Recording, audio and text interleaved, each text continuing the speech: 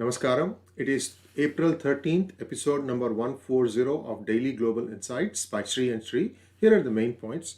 1,500 gotaways per day along the US-Mexico border. India trumps China to emerge as the largest buyer of crude from the United States.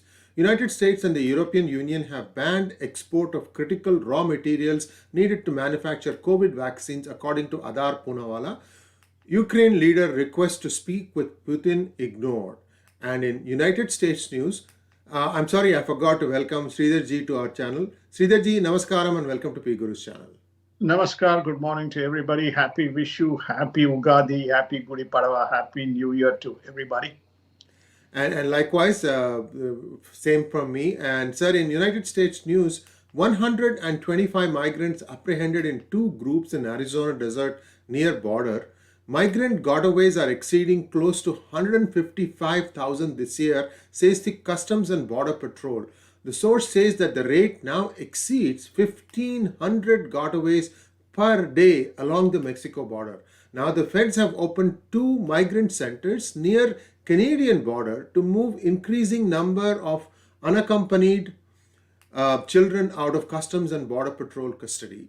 And border spiraling out of control, say a group of Republican congressmen who are following Southwest Texas tour after visiting Del Rio Border Patrol sector. And each illegal migrant is going to get $15,600, and in all 290,000, almost 300K legally illegal migrants are making up 2.1 billion in the taxpayer funded benefits. And Mexico, Honduras, Guatemala agree to tighten border security. Sir, your thoughts? This is now getting a little bit out of hand. What are your thoughts, sir?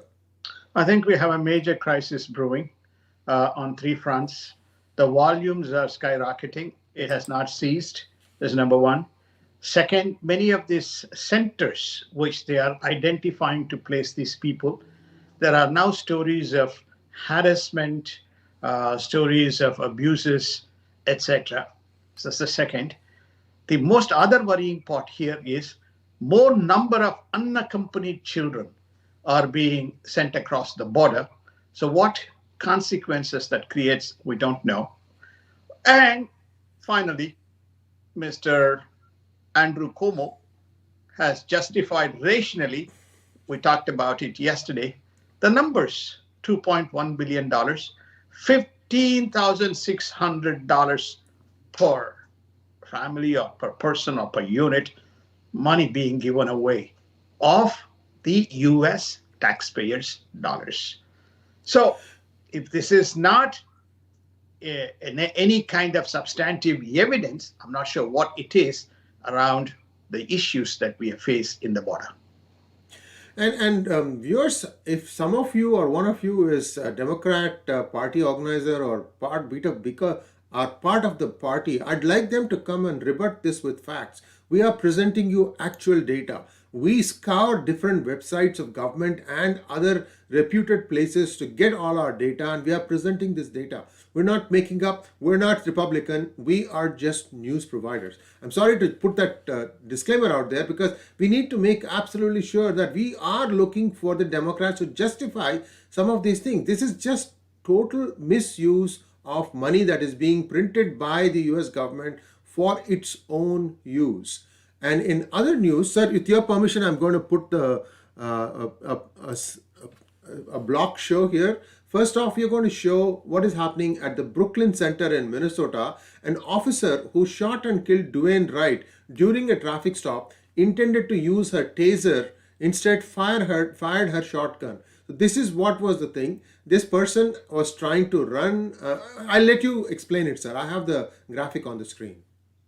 Well, I think basically there was a holdup of the car, and the data was the ID was requested. On looking at the ID, I think this question was there were two outstanding warrants pending, and the driver, the alleged person, the late Mr. Daunte Wright, he got into the car. Yeah, got into the car. And the police officer is refusing the taser. She has used the shotgun, has taken one shot. So this guy drove away. There was another passenger in the car, hitting pedestrians and etc. So he died on the spot as a result of the accident. Is highly, in a volatile situation where we had such problems in Minnesota. This is a very, very, very unfortunate development that has occurred, and that resulted in, again, arson, looting, and everything that went on, to the extent even President Biden came and made a statement. While the incident itself is unwarranted, the issue of arson and looting is unacceptable. And the National Guard has been called in because the violence and looting has now gone out of control in Minnesota. And Sridharji, I have got a picture of the 125 migrants. We talked about this just a little bit ago. About they being apprehended in two groups on the Arizona desert near the border. Viewers, if you observe this picture closely, you will see that the border fence is right on your right-hand side. So they were caught right as they were crossing over. Now the danger here is most of them are children or unaccompanied minors, and this is the DACA program, if I remember correctly, DACA, and that gives them shelter in the United States.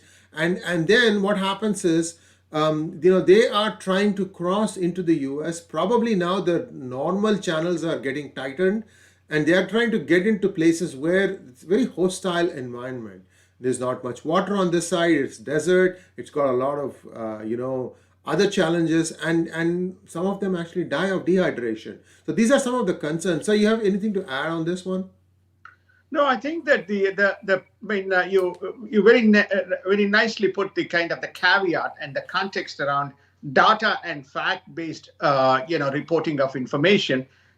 We probably have many Democrats in the audiences. They can look at this data and basically say, yes, give us a feedback. We justify all of these things that are going on. So we'll kind of say, yes, these are people who think that this is a justifiable set of actions. But if you're a man with some kind of common sense, why we are blowing the border apart and spending billions of dollars when we actually have problems piecing, in the country? There's a lot of people who have suffered as a result of COVID.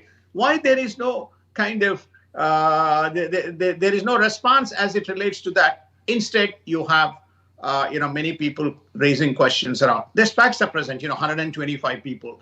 Then you have the detention center. Now they have opened up the detention center in Canada. Now 3 centers. Then you have, now they're giving you data point around the number of open porous spots that's available where people are crossing. And the rate of inflow is now around 1,500. This may be an official. We don't know what the unofficial number is. So the facts present themselves. The question, therefore, is this something that's acceptable to the broad U.S. population? And I have put up the other picture, sir, where there is a boat, like what do you call inflatable raft kind of thing. Where they are pulling them in. This is probably the Rio Grande where they are crossing. So viewers, when we say that the camps are on the Canadian border, most likely they are being bussed from the Mexican border all the way north to the United States-Canada border, which is a good 2,200, 300 miles. A lot of distance. That takes about 2 to 3 days, even if you travel non-stop and just take pit stops to, use the bathroom and have food. Indeed.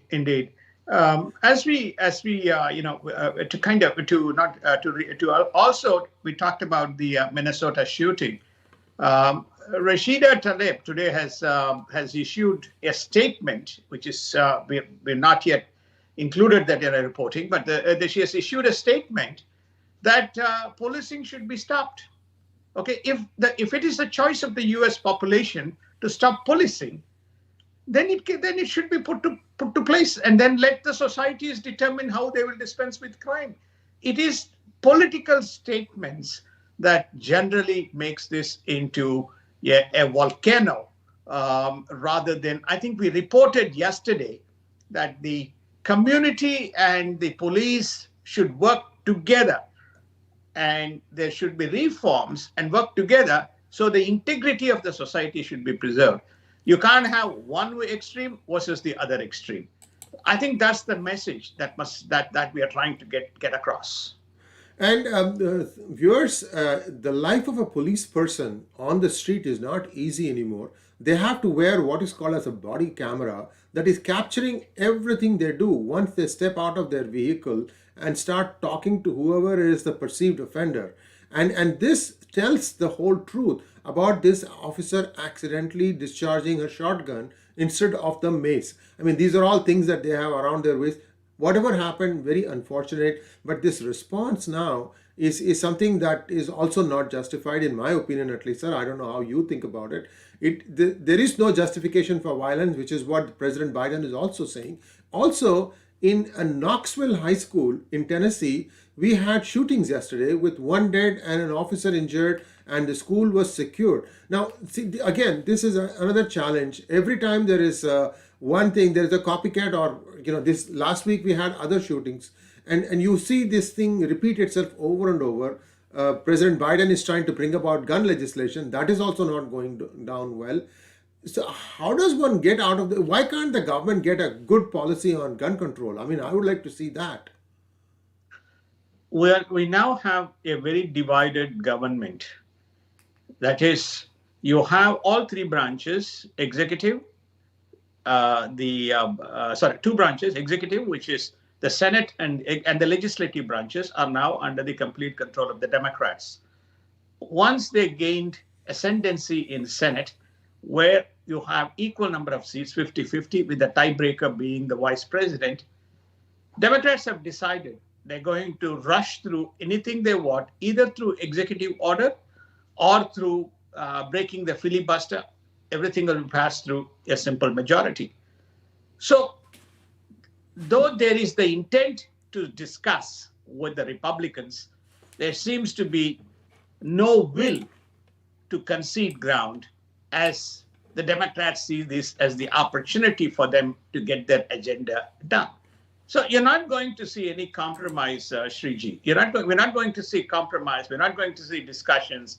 We're not going to see a debate in a House and Senate.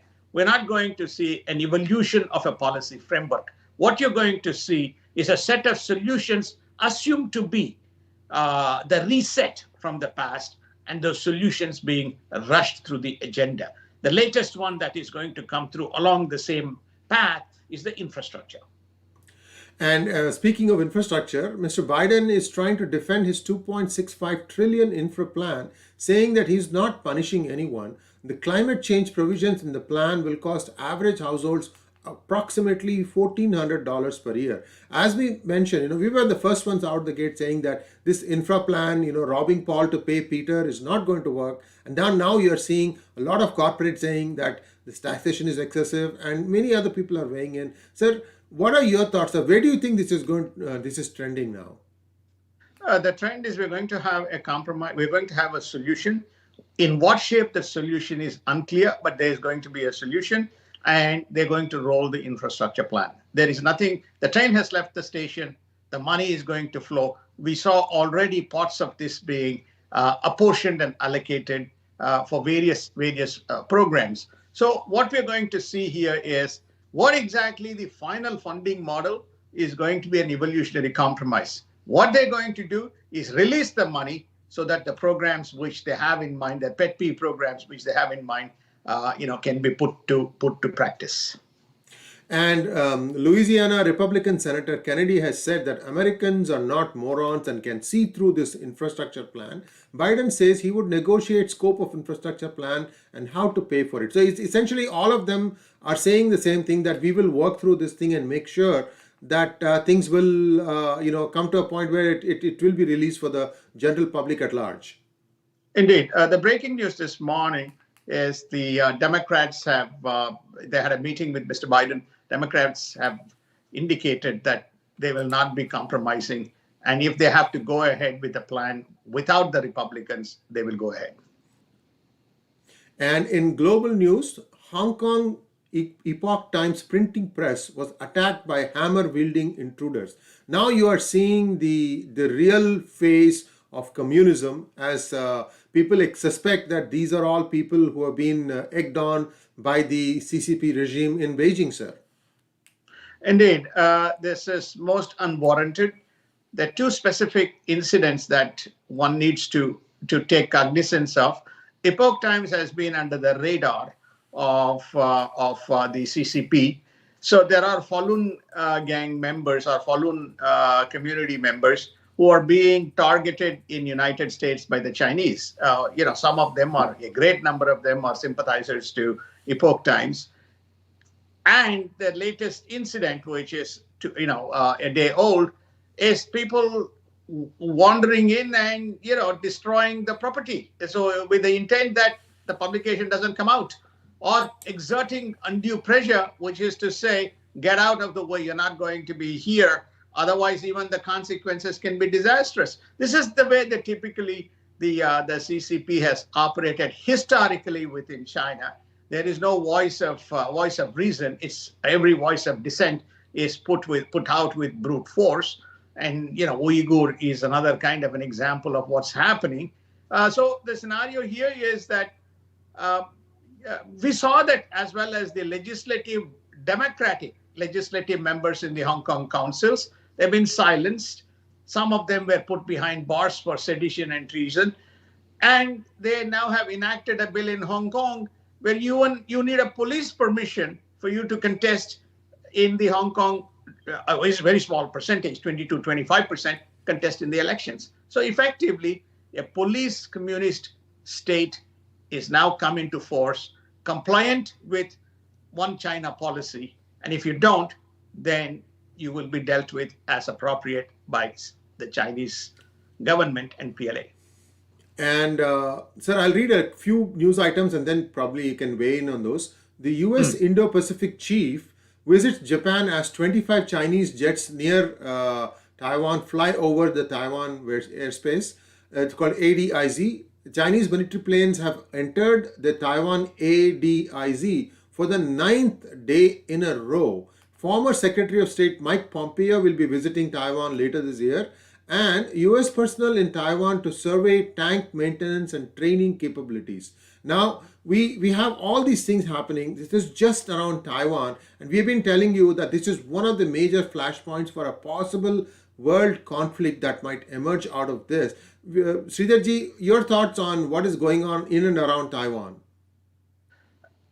ADIZ, as we have covered this, we showed this in a map called Air Defense Intrusion Zone. There's these red lines that we had shown in the map, which finally covers, three territorial, what you call as the sovereign boundaries: Japan, Taiwan, and China in the Taiwan seas. So the Air Defense Intrusion Zone is a mechanism whereby all the alerts and triggers potentially prepares each of those countries. If you intrude into Japan, Japan is alerted. If you intrude into Taiwan, Taiwan is alerted that there is an imminent threat, and all the mobilization happens automatically as a result. So 9th successive day, ADIZ has been intruded. So which effectively implies that there is a consistent effort by the Chinese to threaten Taiwan and its act of independence and act of defiance. Now, two important developments. One is Pompeo visiting. Remember, Pompeo is an ex-secretary, probably reaffirming his own kind of his own support and to the Taiwanese government. The other more important thing here is, this has not been reported in the mainstream media, that there seems to be U.S. personnel on ground looking at the state of logistical capabilities and preparedness, especially around their tanks, how the tanks, because there's not been a ground battle. There was no necessity for a ground battle in Taiwan. The preparations reflect there is a holistic approach in terms of dealing with this issue. There is also the Indo-Pacific chief visiting Japan, looking at this problem in a much more serious manner. They have been anticipating that this would happen in 2022 or beyond, but that timetable seems to be fast accelerating. And viewers will remember the Fukushima radioactive plant getting damaged a few years ago because of, I think, a cyclone/tsunami. And now Japan has said that it will notify Taiwan if the radioactive water from the Fukushima plant has got into the sea. Now, there is a definite possibility because it is actually on the coast. The plant itself was very, very close to the coast. And we knew that it was getting real critical. So the MOFA said that Japan will notify Taiwan. So what are the implications of this? What can you do? How long does it take before the nuclear radioactive gets absorbed by water on the ocean, sir? Do you have any idea? Well, there is no the look as we speak. Apparently, the water is now being dispensed into the ocean. As we speak, this is the breaking news. Mm-hmm. I'm sure the Taiwanese have been alerted. While Japan will say it has taken safety precautions and measures, Taiwan will watch with caution and care because some of those could affect marine life. Some of them could also affect the other ecosystem in the region, whether the radioactive water can seep into the mainland. Whether it'll all get fully absorbed in the ocean and settle in the ocean bed, we don't know. Nothing is proven, nothing is established. Only time will tell what the consequences of this. But it's a very unwarranted and grave development. Japan may say, what am I going to do? I have to get rid of this because the reason is by having it here, it affects my people mainland. So it's a no-win situation, and we will see how this develops. And in other news, Taliban says that it is not ready to meet the Afghan government in Turkey as the US wants. And the editorial in Singapore, Statesman, says that the US military is going to stay in Afghanistan for a long time. So this is something new, especially as an editorial from a Singapore newspaper. That is the only newspaper that is mentioning this. Sir, your thoughts on this? It's worrisome. There are two reasons why it's worrisome. One is, why is Turkey involved? Why is Taliban need to go to Turkey to meet for a dialogue, which US is directing? US is directing Taliban to go to Turkey to meet with the Afghan with arbitration from the Turkish people or the Turkish government on the resolution of the power sharing and the withdrawal process. So it's a bit, again, this is another news item that you pick up from reporting and analysis from Asia, but not from, and talking to people, especially, there's a lot of news that comes out because Singapore is an epicenter. Hong Kong, we can't speak with anybody, and get a same news. So when you talk to people in the region, you're getting amount of news which is, around the ecosystem, creating problems, which you don't hear.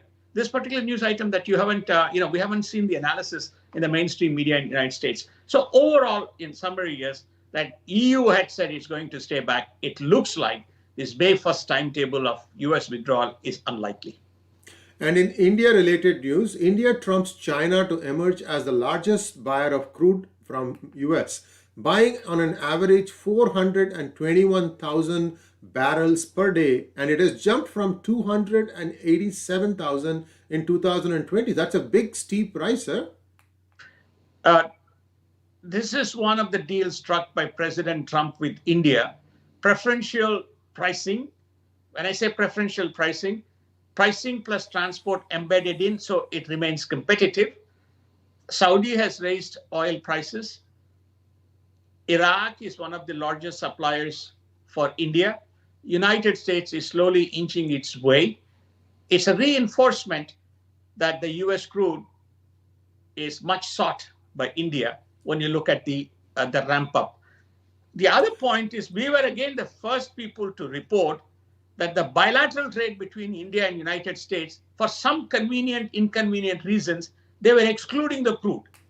And they were still kind of saying, China, China, China. No, the bilateral trade between India and United States is more than $155, $160 billion, excluding investments. There's a significant amount of it is coming from the energy.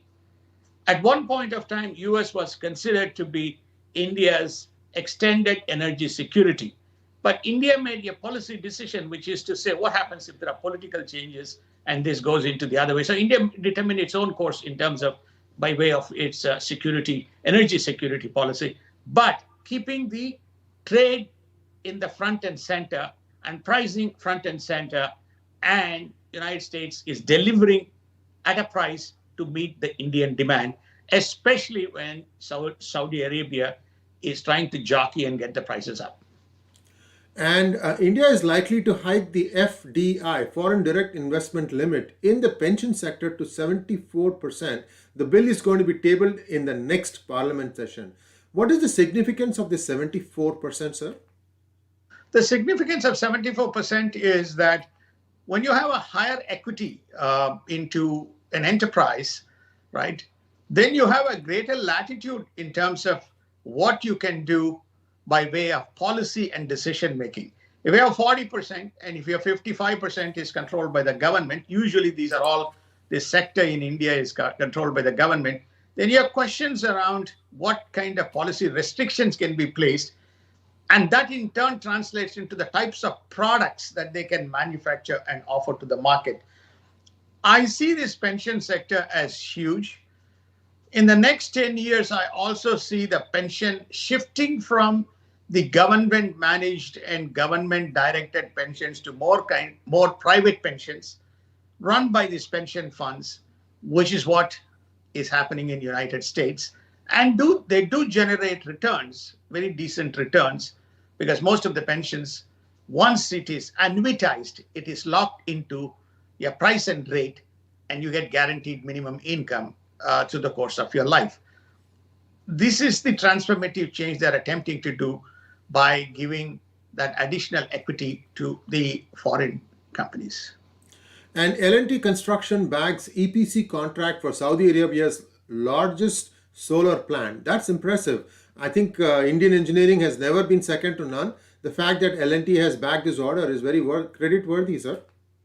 Very credit-worthy. It also reaffirms that India is slowly emerging, if not the world, at least in the regional, as a big player in the alternate energy, especially solar. And in COVID update, coronavirus is a long way from being over, according to WHO Chief Tedros. So this is, what should I say?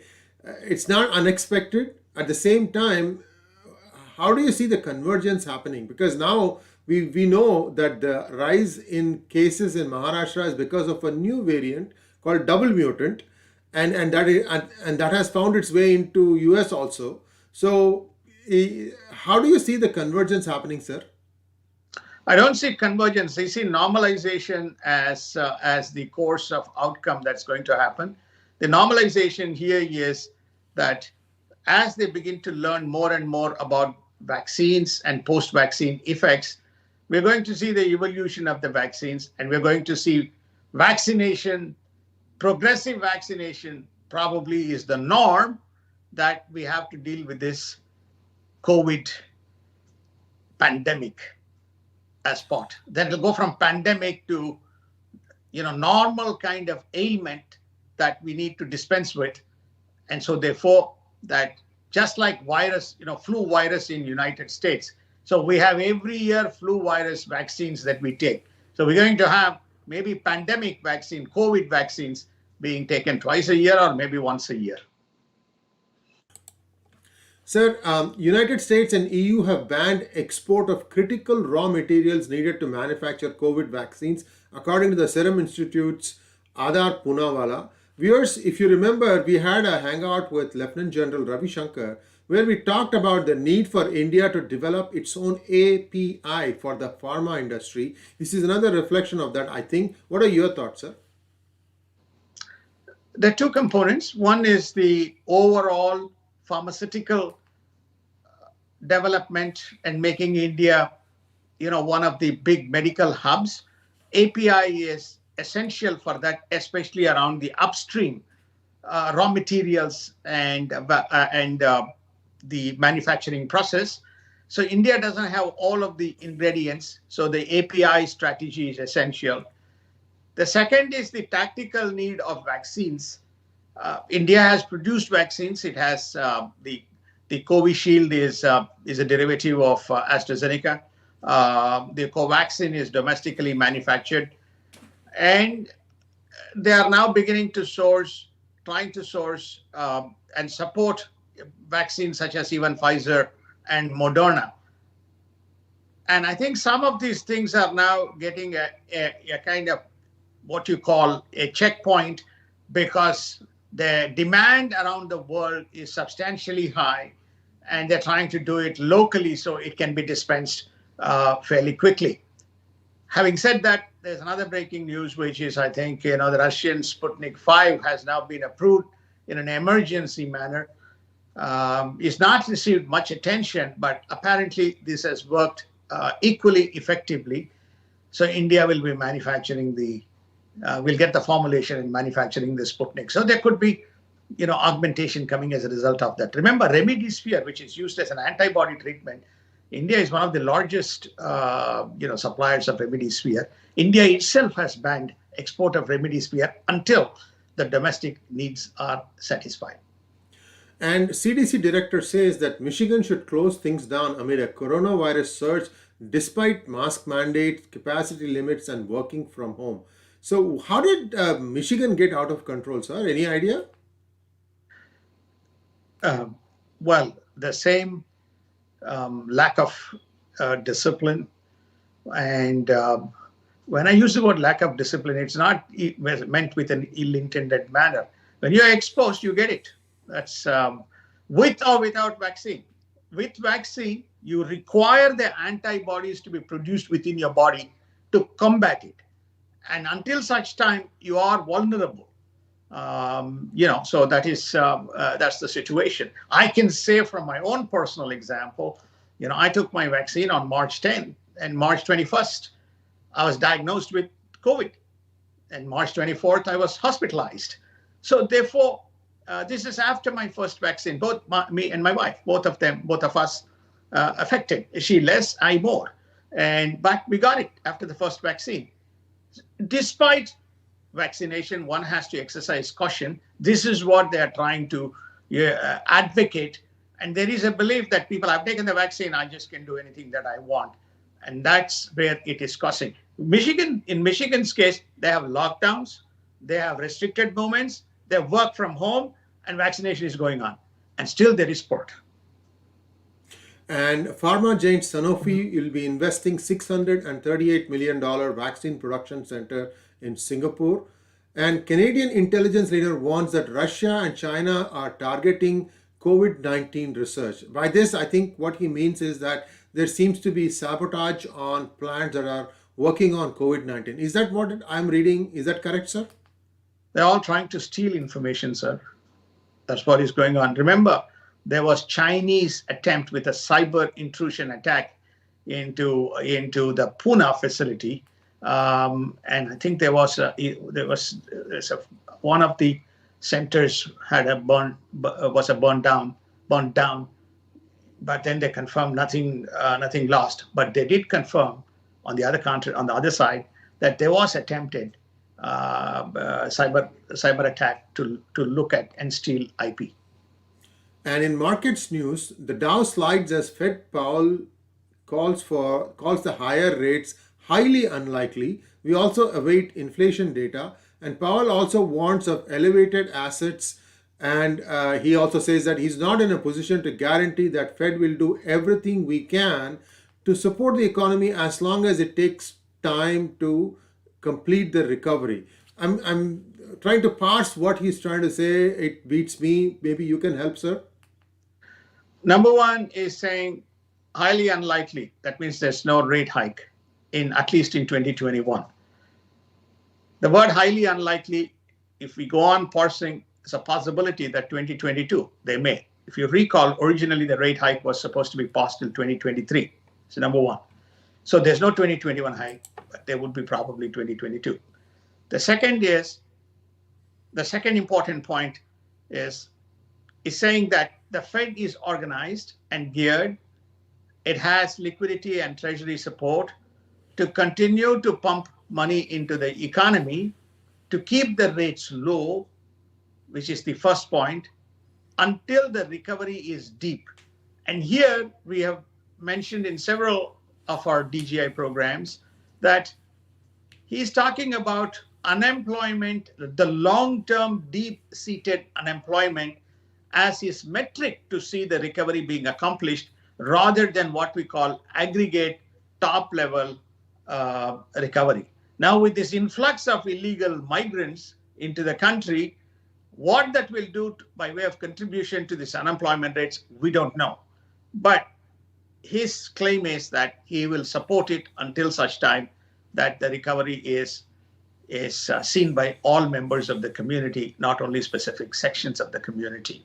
He's also saying the low rates with liquidity available, you may see certain stock rather than class of assets having a higher opportunistic price gain, and that is something that people need to be cognizant of. And viewers, this brings us to the close of today's program. I would encourage you to subscribe to our channel if you're already not. Also refer us to your family and friends. This is a 15-20 minute, real concise summary of what's happening in and around the world. We are data-based. We are not taking any sides. We are very centrist in terms of being focused on giving you the news based on data. Thank you very much, Sridharji. And as always, it's a pleasure having you on our channel, sir. And we'll see you tomorrow bright and early. Namaskar. Thank you. Have a wonderful day. Have a wonderful year. Wish you and all your family members health, good health, and prosperity, and best wishes. Thank you, sir.